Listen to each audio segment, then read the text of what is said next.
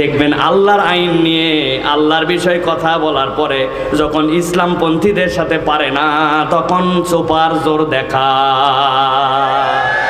আছে কি না? আমার আল্লাহ রাব্বুল আমিন বলছেন জীবনের উদ্দেশ্য জানা ভালো করে।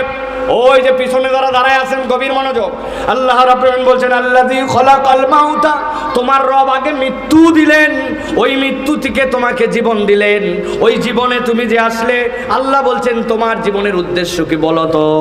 আল্লাহ বলছেন লিয়াবলুয়াকুম আইয়ুকুম আহসানু আমালা, আল্লাহ তোমার জীবনের 1 নম্বর উদ্দেশ্য দিলেন বান্দা এইটা চেক করা যে তোমাদের মধ্যে থেকে সর্বোত্তম ভাবে আল্লাহর ইবাদত কে করতে পারে। আইয়ুকুম আহসানু আমালা, গভীর মনোযোগ দেন, বারবার বলতেছি কেন? আমরা মনে করতেছি এইটা তো সহজ কথা নয়।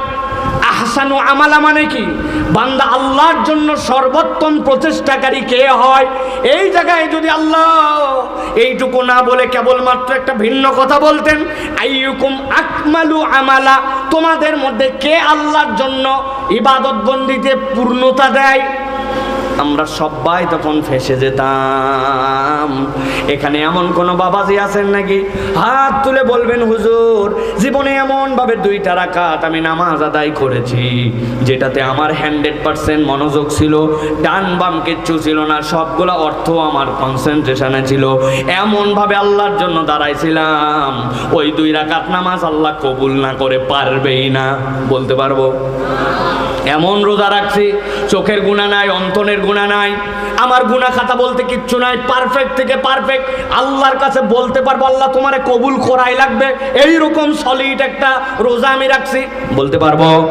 কথা বলেন না যে পারবো, তো দূরের কথা উল্টা প্রশ্ন আপনারা আমাকে বলতে পারেন সাইফুল্লাহ ভাই বড় বড় লেকচার তো মারতেছেন, আপনারা বক্তা মানুষ, আলেম মানুষ, আপনারা ভাব নিয়ে চলতেছেন, বিরাট ভালো মানুষ, তো আপনি বলেন দেখি 2 রাকাত নামাজ আপনার আছে কিনা? এরকম নাই, আমাদের নাই। কিন্তু আল্লাহ বলতেছেন তাহলে কেমনি আল্লাহর সামনে যায় দাঁড়াবো? 2 রাকাত নামাজ সারা জীবনে এরকম যে হলো না। আল্লাহ বলছেন ঘাবড়াস না বান্দা, আমি রব্বুল আমিন তোর জন্য নিয়ামত দিয়ে রেখেছি। কি নিয়ামত দিয়ে রেখেছি?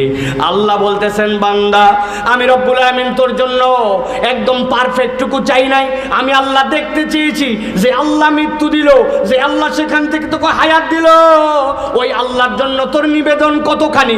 আইয়ুকুম আহসানু আমালা, তুই সাধ্যের মধ্যে সর্বোচ্চ চেষ্টাটুকু করেছিস কিনা? দুনিয়ার বুকে যাবতীয় সৃষ্টিকে আল্লাহ 3 ভাগে ভাগ করেছেন, গভীর মনোযোগে দেখলে দেখবেন একদল সৃষ্টি